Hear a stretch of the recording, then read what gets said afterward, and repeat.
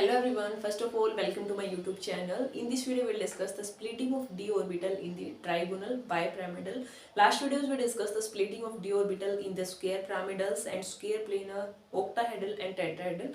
Four splitting हम already discuss कर चुके हैं. In this video हम discuss करने वाले हैं splitting of d orbital.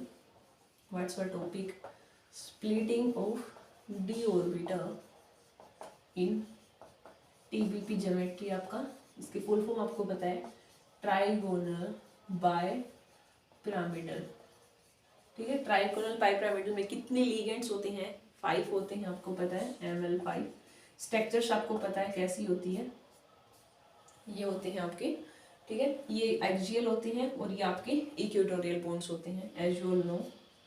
ठीक है, आपकी ये ज्योमेट्री है ML5 की. और वैसे आप इसकी हाइब्रिडाइजेशन करो तो आपका sp3d होती है, या dsp3 भी आप कह सकते हो. लो स्पिन और हाई होता है इनर ऑर्बिटल और आउटर ऑर्बिटल. इसको हम आउटर ऑर्बिटल बोलते हैं, इनर होगी तो हम इसको लिखेंगे dsp3. ठीक है, तो आपका क्या होता है कि ये काफ़ी इंपॉर्टेंट है. आपने देखी होगी लाइक एंट्रेंस एग्जाम्स हो या आपका कोई कम्पिटेटिव एग्जाम्स हो, यूनिवर्सिटीज एग्जाम्स में अगर आपका 2 या 3 मार्क्स में आएगा तो आपको कंप्लीट डिस्कस भी करना पड़ेगा कि टीबी में स्टेरिक नंबर 5 होता है, कैसे लिगेंड्स का अप्रोचिंग हो रही है.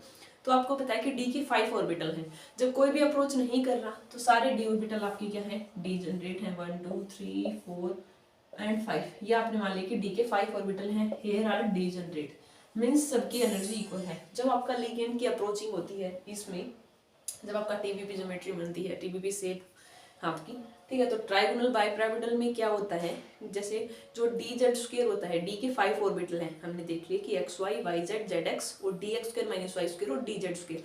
तो टीबीपी ज्योमेट्री में क्या देखा गया आपका कि जो डी जेड स्क्वायर ऑर्बिटल होते हैं ना, वो आपके डायरेक्टली फेस करते हैं लिगेंड को. तो उनके आपको होता है कि ज़्यादा अगर डायरेक्टली आएंगे तो रिपल्सन होगा, तो एनर्जी बढ़ जाएगी. तो डी जेड स्क्वायर सबसे ऊपर आता है.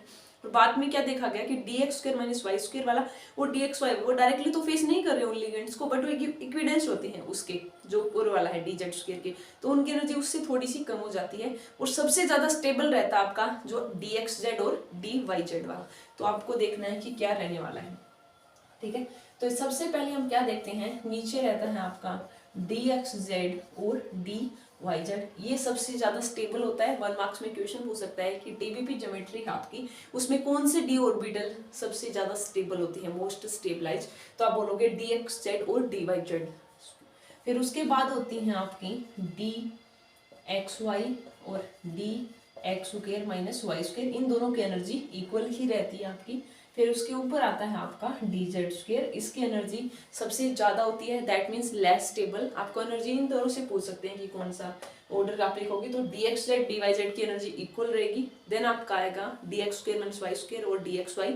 और सबसे ज़्यादा एनर्जी रहने वाली है आपकी डी जेड स्क्वायर की, क्योंकि डायरेक्टली इंट्रैक्शन हो रहा है आपका मेटल और डी ऑर्बिटल का जो लिगेंड आ रहा है. तो डायरेक्टली होगा तो रिपल्सन होगा तो एनर्जी इंक्रीज हो जाती है.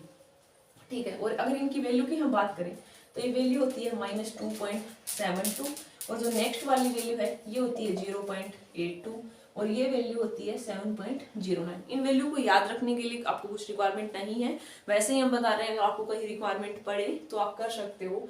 जैसे आज तक तो आपका देखा गया कि नेट भी आपका इतना है, नेशनल एलिजिबिलिटी टेस्ट है वो होता है CSR नेट का, उसमें भी क्वेश्चन नहीं पूछा गया है कि आपका इलेक्ट्रॉन की फीलिंग करके पूछ ले कि आपका टीबीपी में क्या होता है. क्वेश्चन यही पूछा गया है कि कौन सा डी ऑर्बिटल एनर्जी ज़्यादा होती है, लेस. फिर भी आप अगर याद रख सकते हो तो आप कर लो, अच्छा है आपके लिए. तो इसकी वैल्यू होगी -2.72. मान लो कि इलेक्ट्रॉन इसमें D3 कॉन्फ़िगरेशन है आपका टीबीपी की, तो इलेक्ट्रॉन फील करोगे यहाँ पे 1 2 और 3. तो आपको इन ये तो नेगेटिव रहने वाले हैं और प्लस इनकी वैल्यू रहेगी प्लस वाली. तो आप सम करके इनको तो ऐड कर लोगे.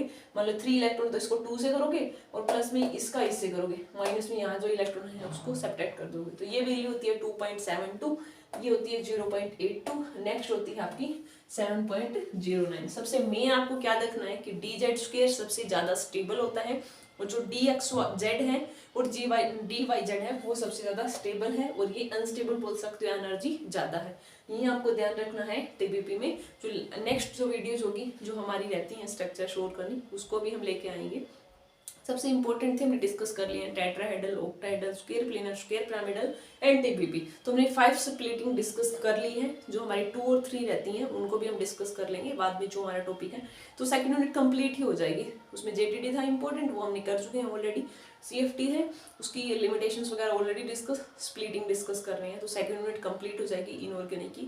हम ट्राई कर रहे हैं कि साथ में ही आपका ऑर्गेनिक या फिजिकल को जो हमने ये चलाया था आपका क्वांटम, वो कंप्लीट नहीं हुई है अभी, उसको भी कंप्लीट करें। बट मेरे को ऐसा लगा कि स्टूडेंट्स को ज़्यादा नीड नहीं है, इसलिए मैंने सोचा कि एक ही वीडियो जो चल रही है उसी को कंटिन्यू रखते।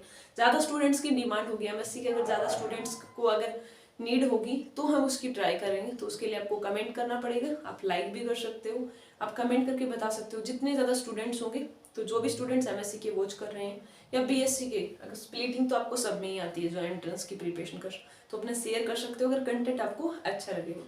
Thank you, happy learning.